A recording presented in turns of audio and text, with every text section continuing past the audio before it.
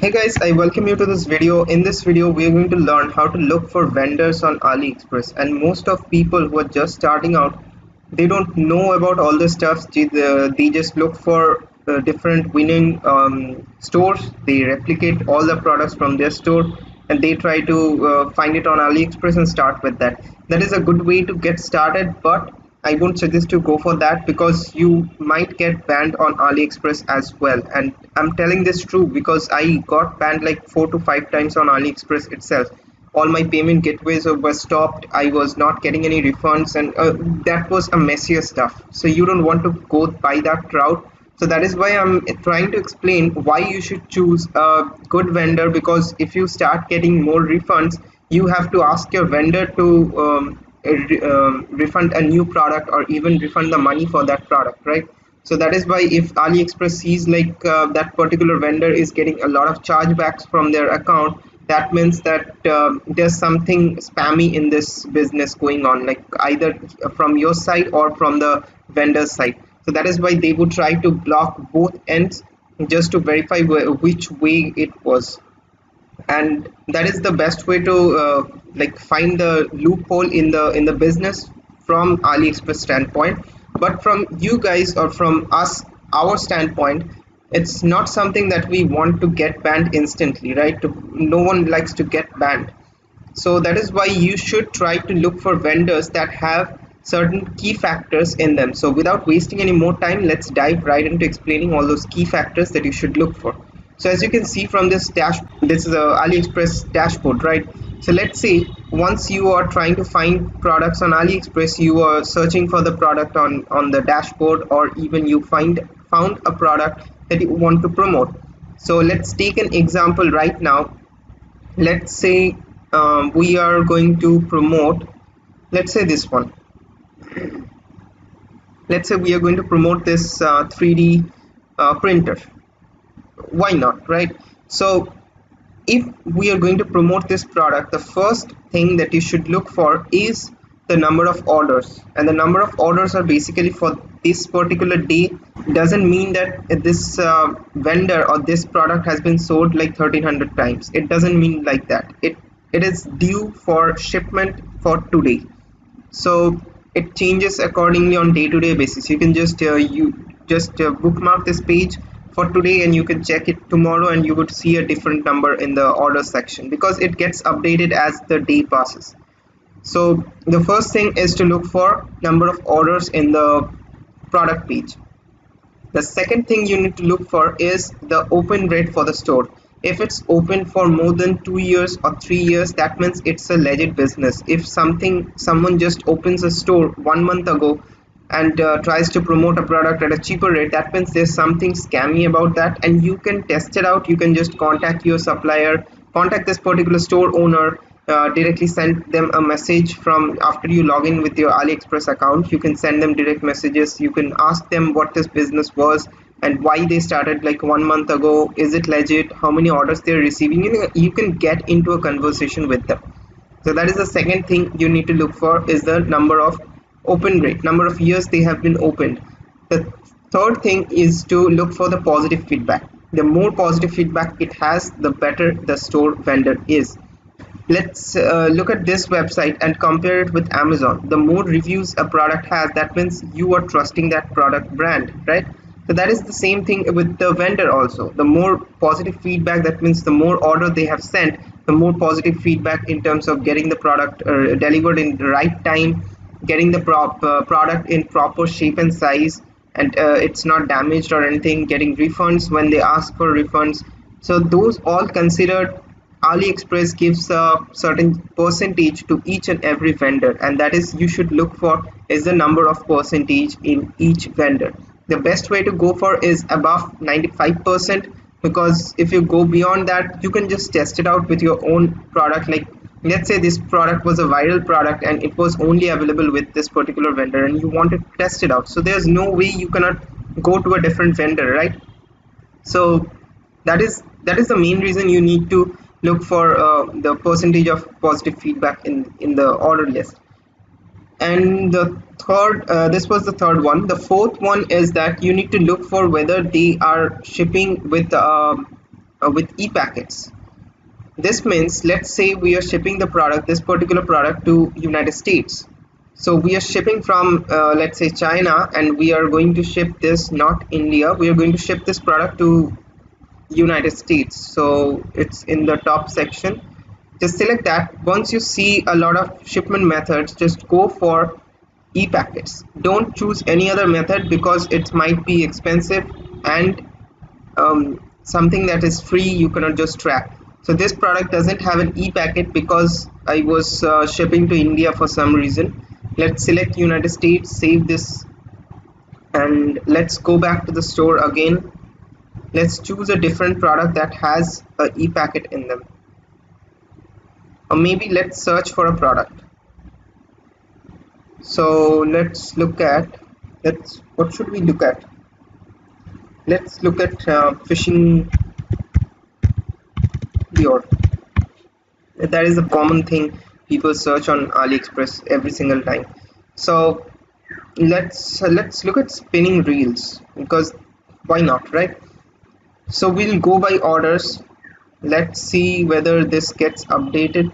No, this doesn't get updated. There's a plugin, Uberlo plugin. You need to install that. Just go to Google Play Store and install the Uberlo plugin, and from there you would get to see a box or background box that populates for each and every product, and you can see whether they have e-packets in them. So let me just update the plugin because I'm in the incognito mode, just so you don't see my list of winning products or anything. So I'm just going to pause the video and come back in just a few seconds.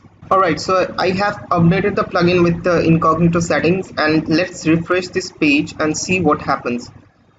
So once I refresh the page, you can see a big green box that populates on each product saying whether it has an e-packet facility or not. This is an easier way to find like e-packets. E-packets are basically that shipping method which helps you track your product or get a tracking code for your product shipment.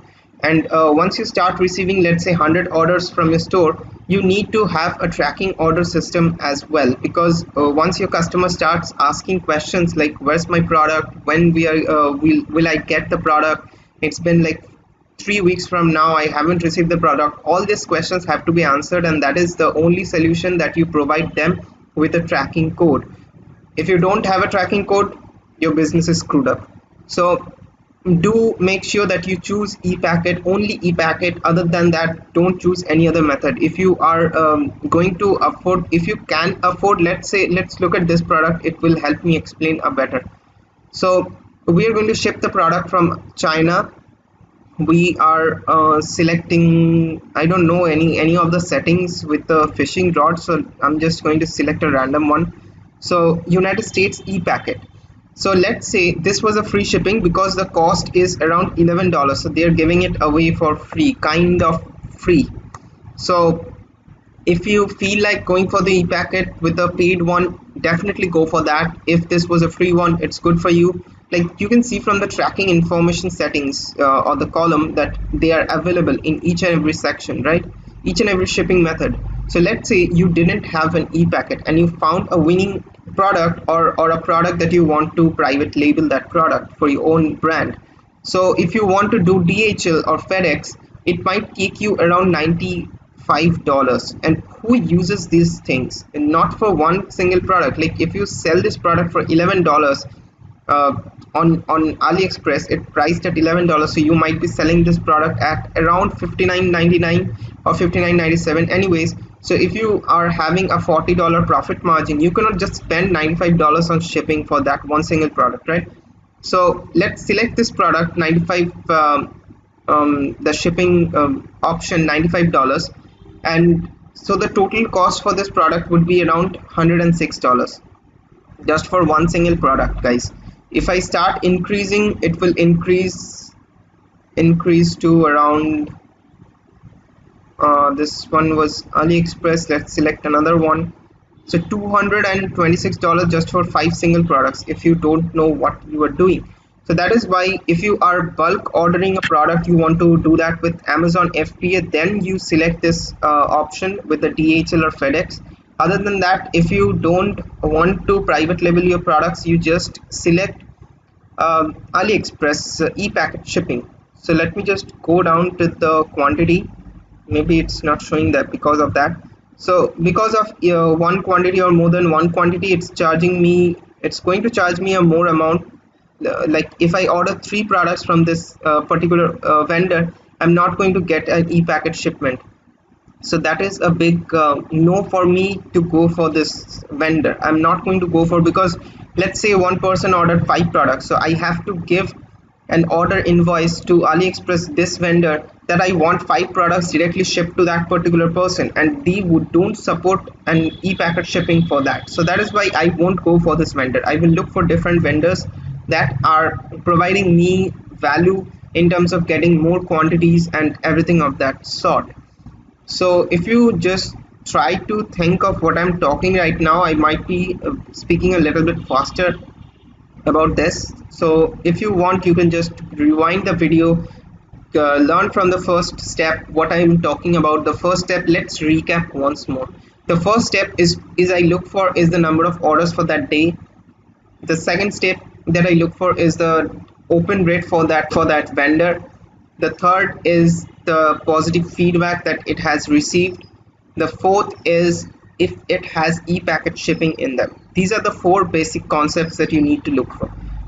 And the fifth one is number of feedbacks. The more feedback it has means people are purchasing from that vendor. If you see a lot of feedbacks in a negative sequence, then don't go for that vendor. Choose a different vendor for your product. You can find multiple vendors for one single product, guys. I have a product that was a winning product. I found like 15 different vendors that are selling at a cheaper rate than I was selling at that price point from one single vendor. I was using a vendor, he was charging me around $7 or $8 for the product, but when I kept looking at all the strategies again, I was starting out just like you guys, so I didn't know all the stuffs. I learned from my own mistakes. So once I started researching for different vendors, I got hold of more 5 or 15 vendors that were selling at like $5 for the same product.